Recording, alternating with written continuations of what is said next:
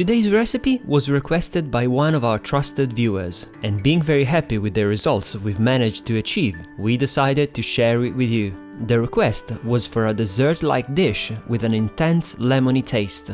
Due to this specific request, we decided not only to make a lemony dessert, but also to make a vegan version of one of the most famous sweet sauces in the whole world, custard.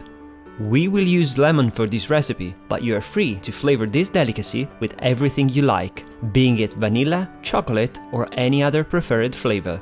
The ingredient list is in the description down below the video. Now, this preparation is really simple, and in fact only takes less than 10 minutes to prepare. So let's start by pouring the non-dairy milk into a pot. Now dip in the starch, the sugar, the turmeric, and mix well to combine. Now grate the zest of one beautiful and yellow lemon into the pan. At this point, if you want to obtain a differently flavored custard, you can substitute the lemon zest with your preferred flavoring. Once the zest has been added, whisk again and turn on the heat on high. From now on, you want to stir continuously so that the mixture maintains a uniform temperature. For this task, we are using one of our favorite rubber spatulas, as they are perfect to easily remove any mixture from the sides and the bottom of the pan. During this step, I wouldn't suggest you to move away from the stove, unless of course you like the taste of burnt custard. But last time I checked, we weren't preparing crème brûlée, right? Anyway, as soon as the mixture reaches a near to boiling temperature, the starches will begin to gel and will turn the liquid into a proper, thick and delicious custard. As soon as the liquid starts to thicken, stir even faster to avoid the annoying formation of lumps, which are all but desirable.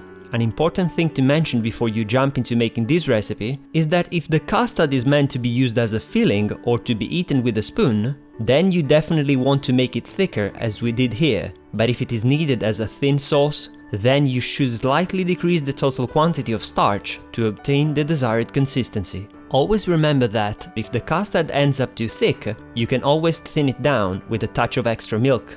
But unfortunately, you cannot increase the thickness, and if it ends up too thin, you are going to keep it that way. Also, be warned, the custard will thicken even more when it is placed in the fridge to cool completely.